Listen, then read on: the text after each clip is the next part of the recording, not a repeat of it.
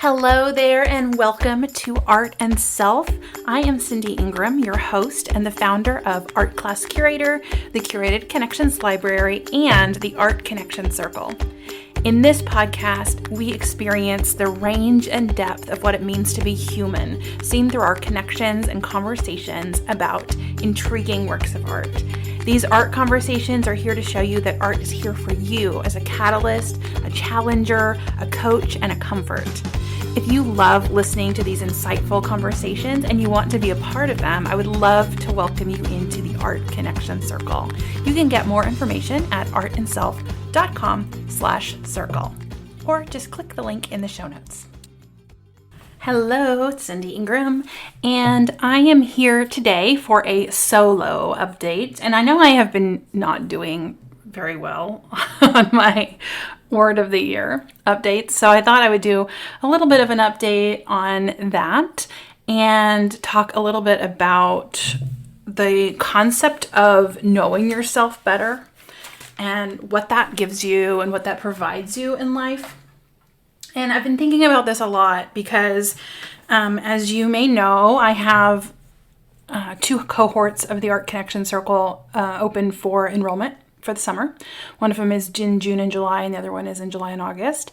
And one of the main things that really happens in the Art Connection Circle is that you really get to know yourself better and you get to know yourself well.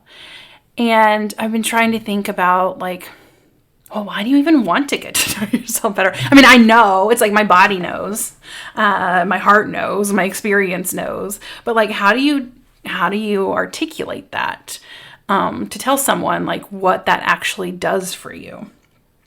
And especially if you might think you already know yourself, what is there more to know? But I'm of the mind that there is always more to learn about ourselves, that there's so much in the depths of who we are that we can learn about and explore and then try to embody and create a level of authenticity, which gives us a whole other host of things, which I talk about a lot on the podcast. I can think about a lot of episodes where we've talked about authenticity. I've talked about it with Lynn Carpenter.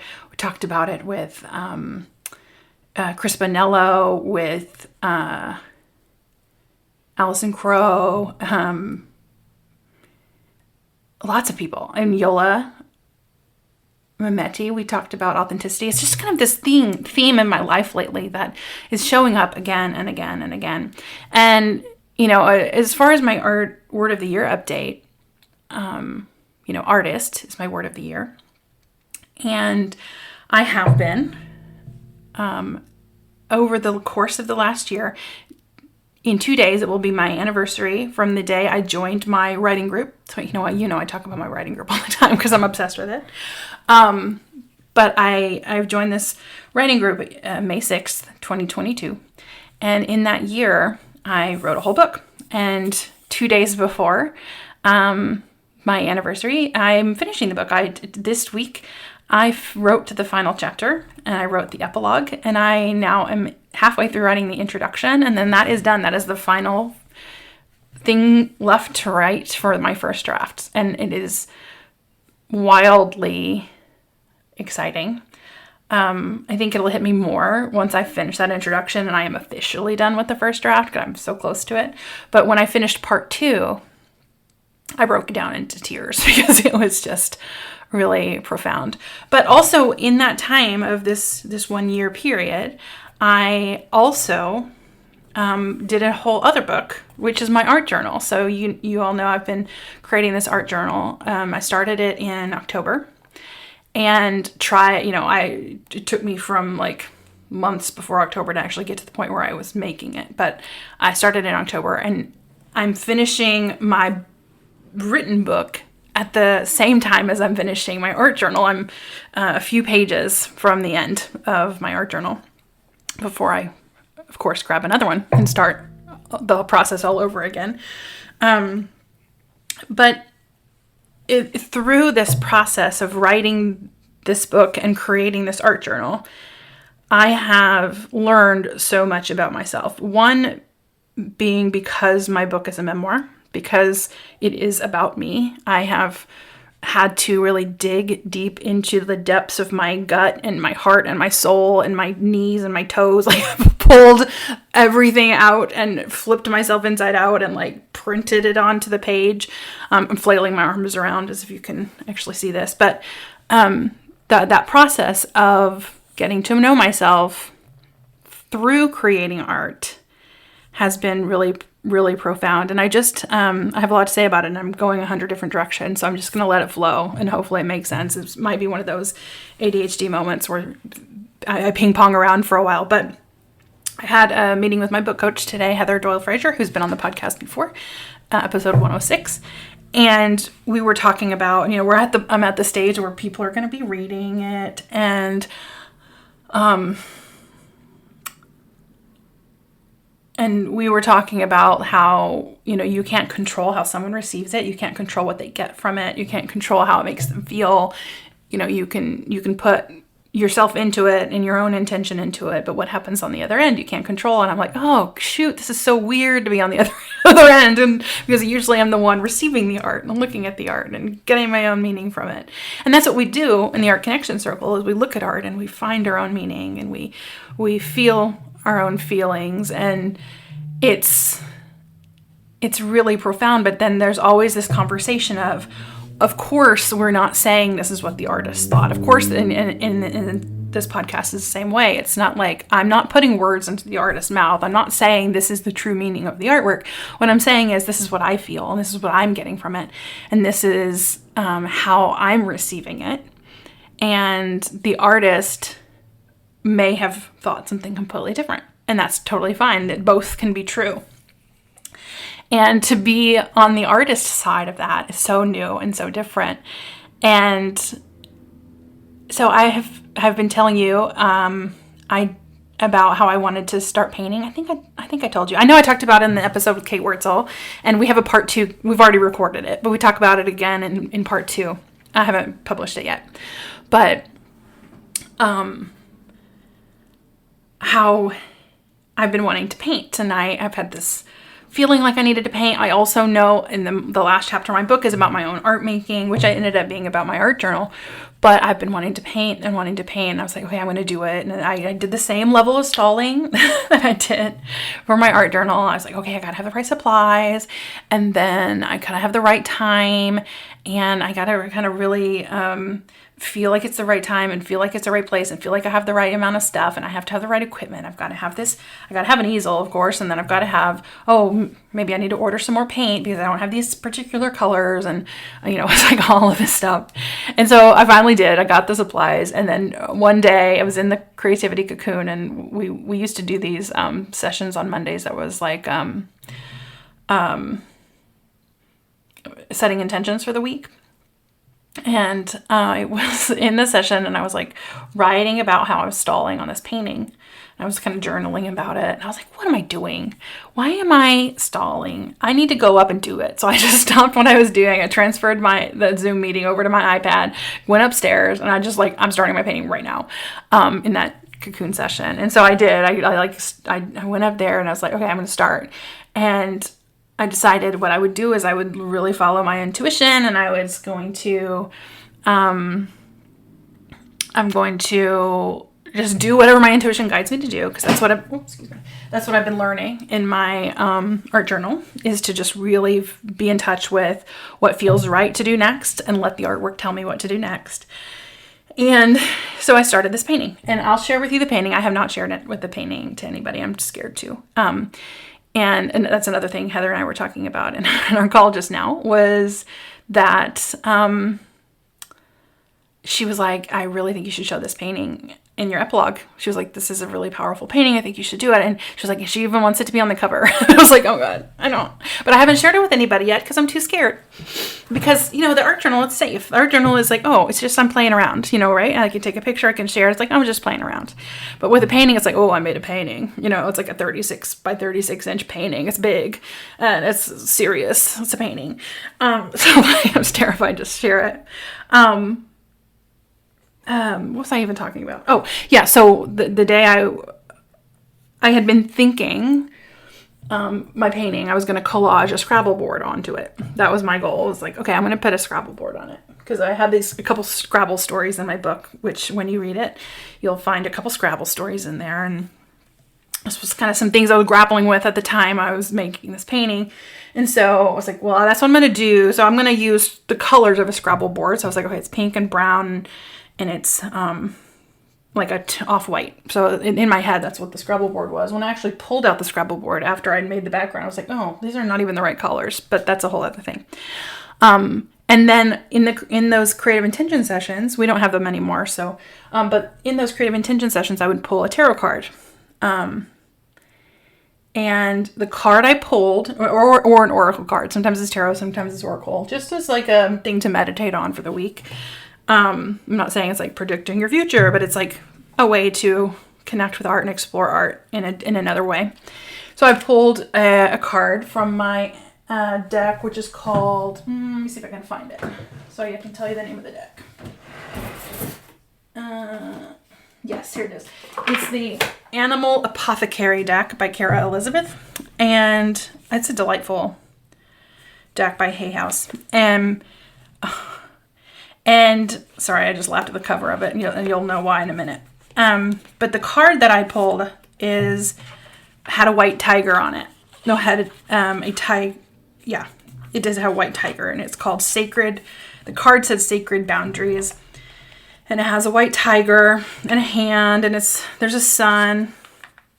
And so I was thinking about this card, and I was reading the description for the card, and it was talking about all this stuff about the tiger. And so I had been pondering about the tiger too.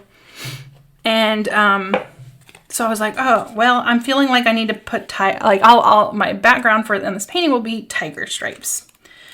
And I can't remember if this was the first instance of tiger in my life at the time, but I was getting a lot of tiger. There was tiger energy all over me. Like I was constantly getting confronted with tigers. It was really strange there for a while. And so I went upstairs to my art room. Our upstairs living room is, we turned into kind of a art studio for me and the children. Also their like little gaming area and stuff too is up there. But I set up got my painting, and I started to paint in pink, brown, and white, off-white, kind of a tiger stripe pattern. Roughly, just kind of intuitively making these little like tiger stripe shapes. And, in my head, I'm like, oh, I'm going to make a painting like Kate Wurtzel make a painting, because her paintings are amazing. I love them so much. You'll hear about it. I talk about this in the second episode with Kate, but I love the way she paints. But then as soon as I started painting, I realized, oh, I don't paint like Kate. I like things a little bit more bold, or like bold in terms of like straighter lines and like bolder lines that are like more crisp, So I learned some information about myself there, but I made this whole background, and then it just kind of sat for a while, and I was like, okay, my whole goal with this painting is to follow my intuition. I'm not going to overthink it. I'm just going to do whatever my intuition tells me. And my intuition was like I was envisioning this like white shape on the right side, like that takes up a big piece. But it almost was, I knew it was like some sort of figure. I thought, I was like, is it a person? Is it what is it? But like in my head, it was just kind of white space. And I don't remember exactly when I knew that it was going to be a tiger. But like I kept getting, like I said, that tiger imagery. Like it'd show up in a book, or it'd be on a website, or like I was in communication with Sharice Johnson, who was on the podcast a couple weeks ago, and she we were Instagram DMing, and she put free of mind, and she put a little bird, and then I immediately was like, and the rest will follow. It was like the En Vogue lyrics, and like, oh, I was a huge En Vogue fan when I was when I was at like middle school. And so I was like, oh, I need to hear that song. So I put on that song and the video, and like 9 seconds in, a freaking tiger pops up on the screen, like just for half a second, so fast that I couldn't even pause it to screenshot it. Like it was so fast. And I'm like, it was little stuff like that, like tigers constantly being like put in my field of view. It's really crazy. So I realized that like at some point, like I was envisioning this white space on the right side of this painting, and I was like, oh, okay, it's a tiger, a white tiger. And this card has a white tiger. And then the Animal Apothecary card deck has a white tiger on the cover too, which I did not even realize. I probably realized it then when the tigers were all over the place. But so then I was like, I'm going to paint this tiger. And I was like, that's weird. Why would I make a painting a white tiger? That doesn't make any sense. But my whole goal with this painting was to follow my intuition, and like treat it like I do an art journal, which is that I let the art journal tell me what to do next, even if it's weird, even if it doesn't make sense. Usually it does make sense. Later it makes sense. It's just, even if it doesn't now. So it's like, well, I got to trust it, because that's what my intuition told me to do, was to put this tiger on.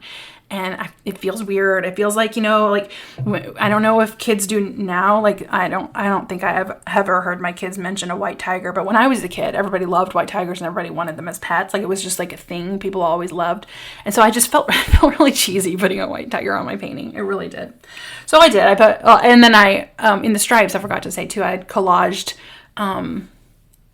pages from Jane Eyre, which is my favorite book, but it has like a perfect kind of aged, it's like a really old paperback. It's kind of yellowing. It looked really good on the stripes. So I'd already collaged onto the stripes, the Jane Eyre copies. And so in the book, or not in the book, on the tiger, I drew the tiger on, and then I collaged where the stripes would be. I collaged the Jane Eyre pages, and then like did everything. Then I added black, lines for the stripes and everything later. But so it's got my favorite book collaged all over it as well.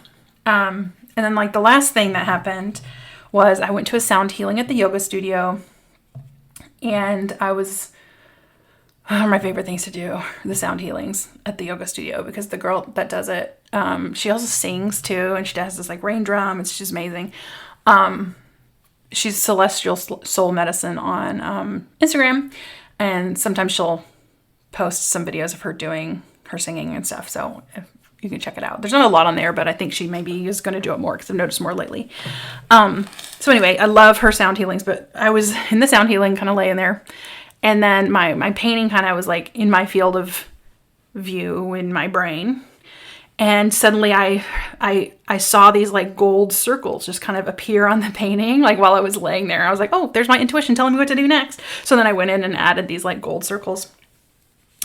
And then that was it. And then my intuition was like, nope, no more. Like, it didn't want to tell me anything else. I was like, well, is it unbalanced? You've got all this on the right, but not much on the left. And but what I eventually learned is my intuition was telling me the painting was done, but I was like overthinking it. Like, painting's not actually done. So that's my painting story. But and Heather wants me to put it in the book, and I'm feeling really self-conscious about it. I'm feeling really self-conscious about sharing it, but I'm going to share it for this episode, because I did make a painting. I finally did. And now I'm like, oh, you know what? I kind of want to make another one, like a similar one, but maybe with a different animal, or like you kind of explore this, like what I made, and see like what happens. Because I've always seen artists and they have these very particular styles, and I'm always thinking everything I make has to be different and new and exciting. And I'm like, well, I kind of want to just make a painting like I already made and see what happens. And so that's what I'm going to do next. And the reason I'm telling you all this, one is my artist update, my art word of the year update. I'm feeling the vulnerability of it, and the vulnerability of sharing it. It's been done for quite a while, probably a month now. I have a picture open from when I was talking about it with Heather. I took a picture of it on April 7th, and it's done. And today is May 4th. So it's been done at least a month, or almost a month. and have not shared it. And I am, you'll know me if you follow me on Facebook. I share anything. Like I'll put anything out there. I have not shared this because I'm too scared. And I'm scared of being judged. I'm scared of people thinking, oh, like seeing that like middle school girl cheesiness of a white tiger. It's not good enough. It's not like the color. Like it doesn't feel like. I don't even know. I don't even know. I just don't. I'm scared. I'm just scared to share it. I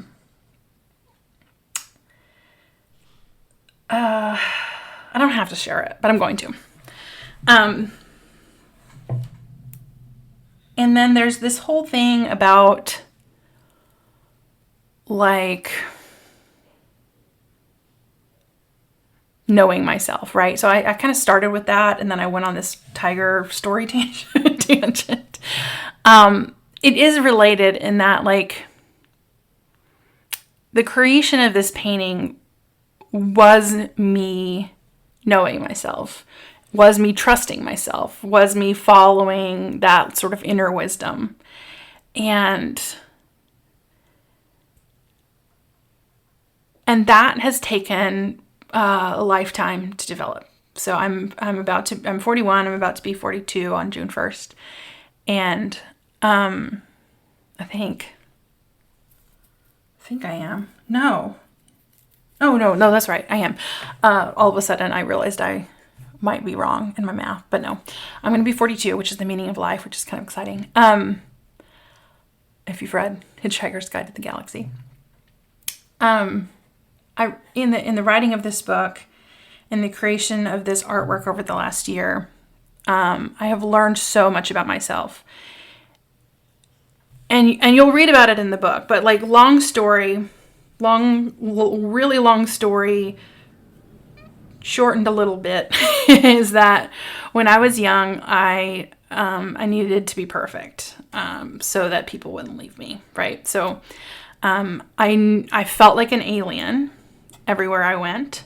I felt like I was too emotional. I felt like people weren't like me. And why weren't they like me? Why did I feel so different? So I tried so hard to be perfect and to not stand out so that people would like me and that they would love me and they wouldn't leave me and that I wouldn't be alone. So I did really well in school. I mean, I'm a smart person, but like I was overly obsessed with being perfect in school. When I got out into the world and I realized I didn't necessarily have like the emotional literacy to handle the world, I faked it as best as I could, even more. I was highly ambitious, and I knew like the only thing that I had going for me, in my opinion, the only thing that I had going for me was my intelligence. So I really relied on that, my intelligence and my ambition. And that drove me for a long time. And my passion for art too was another driver. But there was a lot about me that I was faking. I learned in 2022, early 2022, that I have ADHD. I'm one of the many women, especially right now, who are discovering they have ADHD because they didn't really think girls could have ADHD back then when we were younger. It's become kind of cliche to learn you have ADHD, but like it's true, and it blew my mind, and it still continues to blow my mind when I think about it. I learned to stuff down my feelings. So like big feelings were too much for people, and that included my sad feelings, and it included my insecurities, and it included all of that, but it also included my good feelings. It also included like I get really overly excited about things, and like really excited about things, and things that a lot of people roll their eyes at, like I want to talk to you about space for the next hour. And that's why I love this podcast, is I can talk about all the things I love to talk about without getting my eyes rolled. Because you all, like, if you're listening, you also like to talk about anything too. But for the longest time, I thought I stuffed down that sort of that desire to be, that curiousness that I had, and that like easily excitableness, excited by ideas and thoughts and psychology and philosophy and science and art and, all of those things. And I had big feelings about all of it and I wanted to talk about all of it. But then I couldn't like small talk to save my life. I couldn't make friends. I guess I had some friends, but it was like I was so in disbelief of my worthiness of those friends that I didn't really know that I had friends. Like they were there. I just didn't believe them that they liked me. I'm talking about like my 20s, I guess. And then it was, again, you can read all about this in the book. It's all through art. And I'm not spoiling anything. There's it's a lot deeper than what I can share in a couple minutes. But like I was continually masking who I was. I was continually hiding my feelings. I was continually pushing down everything that I was passionate about because it might it might make people realize that I'm an alien, and then they might like realize all the things that I'm hiding and then leave me. And slowly over the last many number of years, as I sort of released a lot of that kind of unworthiness, I released a lot of the shame. I kind of healed from trauma, like learned how to feel my feelings, learned how to listen to my intuition. Once I removed like all of those layers and like found the real me underneath, like, and removed all the things like the identities that society placed on me, realized what was really truly important to me, and realized that I was holding myself to standards that were other people's standards. Like I used to think I was like really good at doing spreadsheets and I really liked to do spreadsheets and I was really proud but then I was like, I made that up. Like that's just not true. Like it's just not true. And like how did I make people believe that it was so good at that when I'm really such a mess? Like if you were to see my office right now, well, I'm in the middle of cleaning it out, but like I'm a mess. I am disorganized. I can't keep track of paper. I can't send a birthday card to save my life. There's all these things like I was stuffing down, and I was trying to not disappoint anybody by like all of my failures of able to like keep track of things, that I was like stuffing down who I really was and faking it so hard that I ended up getting really burnt out and pushing for things that I thought I wanted that I didn't actually want. And so like I have been slowly removing all of that stuff, all of the shame about who I am, like learning to accept who I am, learning to be okay with who I am and how I overshare and how I'm emotional and how, like all the things that I used to hide about myself. And now I'm like, I'm learning who I am without all of those things, without the masks, without the hiding, without the worrying what other people think, without, all of that stuff. Once you remove it, it's like, oh, what's here? Like, and what I found is I'm an artist and I'm a poet and I'm a writer. And I have been all along, but I'm tearing up but I had put that part of me stuffed in a box really far down. I told you the story of sort of refinding poems and writing poems on a past episode, and I think that episode is called Reclaiming or Finding Lost Parts of My Identity, but something like that. I don't remember, but all of that. Like, what does that actually give me, knowing who I am? And how does that impact my life? So as I'm telling you what it gives for me, I want you to think about, like, what does knowing yourself give to you? What are you, and as you're hearing me say what it does for me, imagine what it could do for you. And one of the things is, knowing who I am and knowing what's important to me, I And of course, I'm not perfect at this, and no one is. I mean, I think we live in a society where there will be judgment, there will be all this stuff, but I don't have to hold myself to other people's standards anymore. So one of the things that we talk about in the Art Connection Circle is our values, our value systems, and like what are the like core things that are important to us. And I have an activity that I lead you through, and you kind of create your list of values and also create sort of like essences on how you want to feel in the world and how you might make that happen in your life. But one of the things that I've probably told this story before, but well, maybe maybe since I know I've already told this story before, I'll tell a different one, which is I have a coaching client who, she's more sort of spontaneous, and she's more not necessarily a planner. That's exactly like I am too. And so, but her husband is very much a planner, very much we're going to do this on this day for when they're planning their vacations. We're going to do this on this day. We're going to eat at these places, and we're going to do this, this, and this on this day, so that we make sure we have time for this. And these two things are over here by this, and we know we want to plan it all this way. And she doesn't participate in a lot of that planning because that's not her nature. That's not how she is. She's more spontaneous, and she wants to kind of explore and see and let let the day unfold. And so she was feeling a lot of guilt about not contributing to the planning of these vacations that they go on.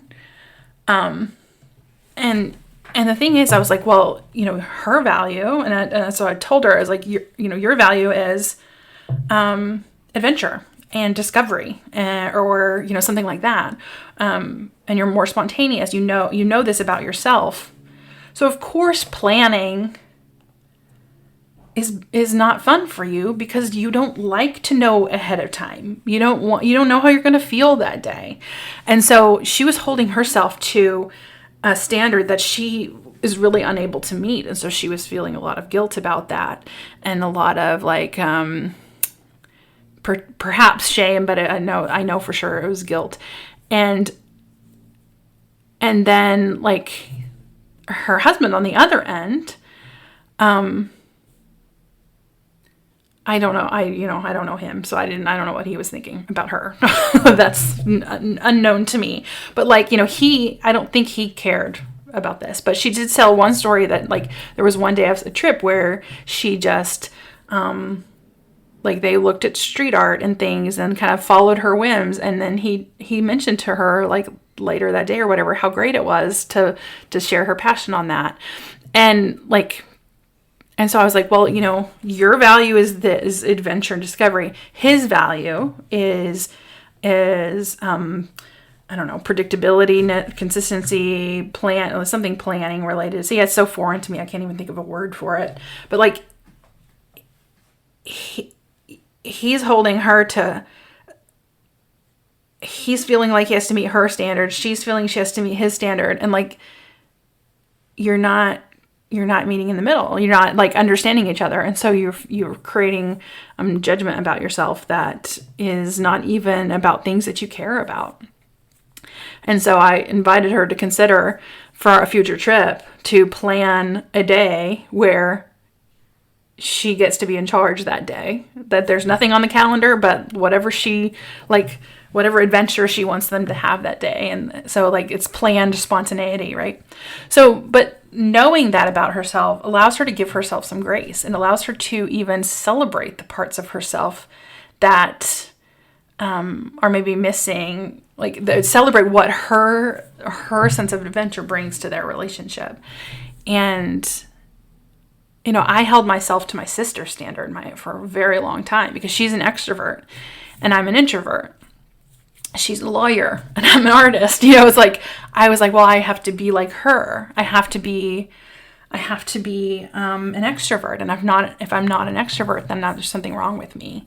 And so for a very long time, until I knew introverts existed, which was not until my 20s, I was like, oh, I was holding myself to standards that are of other people. They're not even my own standards. So knowing yourself better allows you to be able to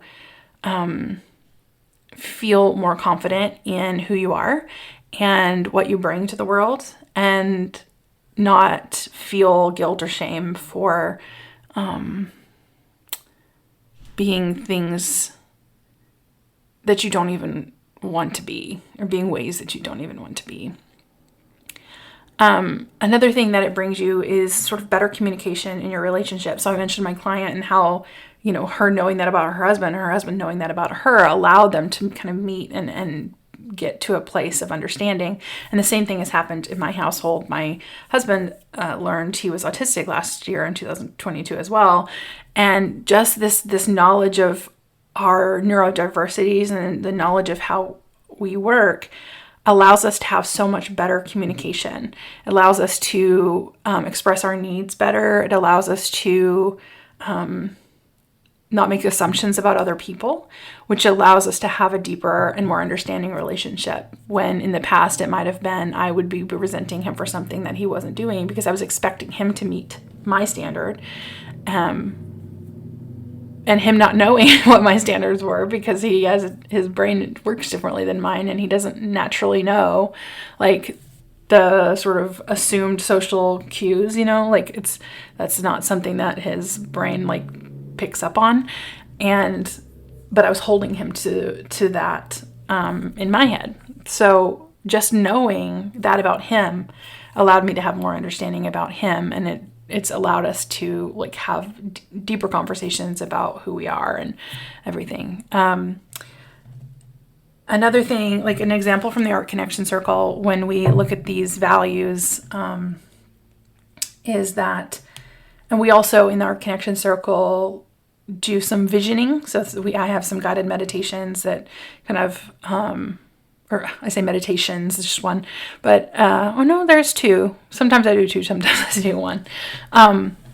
They're different, but you kind of vision what you want your life to be and what you want to feel like.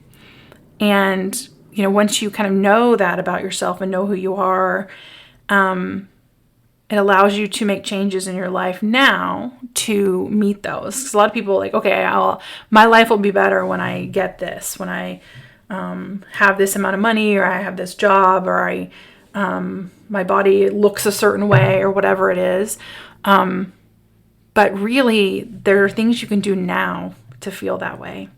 And I think one of the best testimonials I've gotten for the Art Connection Circle is one of the participants says, nothing has changed in my life, but I have changed. And so now, when she started, she was kind of in a kind of toxic environment. She was unhappy in her environment and was stuck in those emotions. But by the end, she had become a leader in her environment to make changes. She knew what she wanted in her life and knew how she wanted to feel. And so she made steps to feel that way. And so even though she's in the same job, with the same family, in the same house, all the things, if you look on the outside, the things are the same. But internally she feels so much better because she knows who she is and what she wants. And that is so powerful, and it's so hard to describe. So I'm trying my best to describe what it can do for you. And it same is true for me. I write in the book about a time in my life where it was really when my business was not its most successful, but it was really going well. Everything was great. But there was this, it was a burnout. It was a perfectionism. It was trying to be, make everything look so pretty and make everything and do everything right and follow all the rules for online business. And, but if you were to take a look at my life, everything would look great. I have this business that's doing well. I have a beautiful family. I have friends. Everything was great. But there were some deep undercurrents of anxiety and of ignoring things that I knew to be true, of not following my intuition and pushing some things down I knew about myself that I was kind of ignoring. And that was causing a lot of headaches and skin pain and all these things. And, and then you look at my life now, it's everything is basically the same. I have the same friends. I have the same job. I have, I've drastically changed sort of the scope of my work really since then. But I have done all of this work in the interim to where I feel like I don't have that undercurrent of anxiety, of guilt, of shame, of striving to reach a goal that's not even a goal I want to reach. Like all of that has been released. All of those expectations that I had on myself have been released, that now I feel so much better moving through my world. And the sense of calm and of peace and of knowing and of living a life in alignment with who I am and what I want from my life creates a really amazing environment for myself. So if this is something that you want to build in your own life and you want the tools to do it, I do have a program, the Art Connection Circle. And in the program we talk about your vision, we talk about your values, we talk about your beliefs. I'm not talking about like religious beliefs, but I'm talking about like your, the things that the stories that you're telling yourself about the world that you live in. And are those things true or are they not true? Like, and how that can impact, the way you're operating and the way you're living in the world. We talk about the essences that you want to live into and to embody, how to be who you want to be now instead of waiting until you have it. And then we do all of that through looking at art. So it's really, it's a lot of really vulnerable topics. It's a lot of like digging deep within yourself, but you do it in such a safe way with art as the sort of space holder. Like it's there to hold all of those big feelings and all of those themes, and all of the art that I choose is very much tied to, I choose them because it's good for, the artwork that we look at for, the topic of beliefs is very much tied to like that theme. But whatever comes out of that conversation is going to be different in every session because we have different people in the room with different experiences, and you're all going to get something different from it. And that's what's so powerful. And it kind of goes back to what I said earlier in this very ping-pongy podcast episode, is that, the artist can't control what we get, what the viewer gets from it. And even when I create this program, I can control what you're going to get from it. Like you're going to get from it whatever you need to get from it. And I've just created the container that allows you to explore these really personal topics. And you do it in a room with other people, a Zoom room, with other people who are doing the same type of work, who are digging deep into themselves, who are exploring the art alongside of you. I have a testimonial quote on I don't know if it's on the sales page, but I have one, but it's like, it is it doesn't matter. And it's like, I didn't realize how deep we could get so quickly because, the art just allows you to get deeper and deeper and deeper. And I'm sure you've seen that in these podcast episodes where, all of a sudden we're looking at a work of art and all of a sudden we're talking about God, or we're talking about like the universe, or we're talking, art allows us to go to places that we wouldn't go otherwise. And it's a really lovely and beautiful experience. So, and you get really connected with the other people in the room because although they're different from you and that they're around the world, we've had people from Ireland, from the Philippines, from, Colombia. I think it's Colombia. No, it's not. South America. Now suddenly I can't remember the country. But anyway, it doesn't matter. We've had people from around the world, but you realize how much you have in common with those people, and you realize how talking about these sort of deep concepts about yourself and being vulnerable and opening up allows you to create really deep connections with other people. And that's going to translate into your life too, that, having those, learning how to have these big conversations with other people, will encourage you to be able to open up in your regular life too, to the people around you. So all of that is happening. in this program. And it is just so beautiful and so special. And I hope that you consider joining us. If you go to artandself.com/circle, you can get that information and on how to join. And one of the things that I'm adding now, so this will be the third and fourth time I'm running the program, the 2 different cohorts this time. I've already run it twice. And one of the things that I'm adding this go around is that all people who have participated in the Art Connection Circle are getting added to sort of an alumni group, which will have lifetime access to this alumni group. And one of the benefits of this alumni group is that you get to participate in co-working, co-art making sessions together a couple times a month. So it's like the Creativity Cocoon where we get together and we make art together. We're going to be doing that, and then you're going to be invited to that for a lifetime. So you will be able to stay in touch with not only the people from your cohort, which who you've gotten close to, but other people who've also gone through this work. So that lifetime offer is kind of a new thing that I am excited to add to the program. So yes, you're paying for, the investment in this program, you're paying for the time spent, you're paying for the activities and, the learning about yourself, but the value is so much deeper than just that time spent. It is the transformation that you get afterwards, the peace that you've added to your life, the understanding of yourself and how that's going to impact the decisions that you make moving forward that are going to be more alignment with who you are, feeling better about yourself moving forward.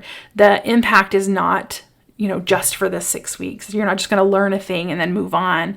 The transformation that you get from this program is a lifetime from here on out. Things that you now know that you can't unknow, transformation that you've had that you can't untransform. So the value is really immeasurable on the impact that it can have on your life. So thank you for listening to my rambling. I'm looking back about my tiger story and I'm like, what was that? But it was me. I guess it was me, the result of me getting in touch with who I am and finding my artist within. Anyway, I'm going to share my tiger on the show notes so you can see it. And I'm scared to do it, but I'm going to do it. So thank you so much for listening. I hope to see you in the Art Connection Circle this summer, if not in a future session. But they are, one of them runs June and July, starts in mid-June. There's 7 weeks, 2 hours a week. So it's in the past, I've done it shorter sessions, but I decided to kind of make it a little bit longer to allow us to have the full space and time with the artwork and allow it to really unfold on us. And then you get the Facebook group of your cohort, and then after your session's over, lifetime access. And then July and August, so June and July, I think the sessions are in the morning on Thursdays, morning my time central. And then July and August, the sessions are in the afternoon on Thursdays. So hope you can join me. If you have any questions, feel free to reach out, Cindy@artandself.com. Or Cindy@artclasscurator.com. They go to the same place. You can send me a DM on Instagram or Facebook as well. But I look forward to meeting you in there if you decide to join us this summer. All right. Thank you so much for listening, and I hope to talk to you later. And I will be back next week with another episode. I have three, yes, sorry, I was making sure. So, 3 episodes recorded of our conversations ready to be published. So I've got some really amazing conversations coming down the pipe. And awesome. That's all for today. I'll see you next time. Bye. Thank you so much for listening to Art and Self. And if you loved what you heard and you want to be a part of these exciting conversations about art, I would love to invite you to join the Art Connection Circle. In the Art Connection Circle, we get together in an intimate small group and have deep conversations about works of art centered around our own self-development, our own personal experience, and what we bring to the conversation, just like we do in these art conversations on the podcast. You can find more information out about this program at artandself.com/circle, or you can click the link in the show notes. You can also find links to the artworks that we discussed over on the show notes, and then you can also find me on Instagram and on Facebook. Just search for Cindy Ingram Art and Self. Thank you so much for listening. Have a wonderful week, and I will see you next time.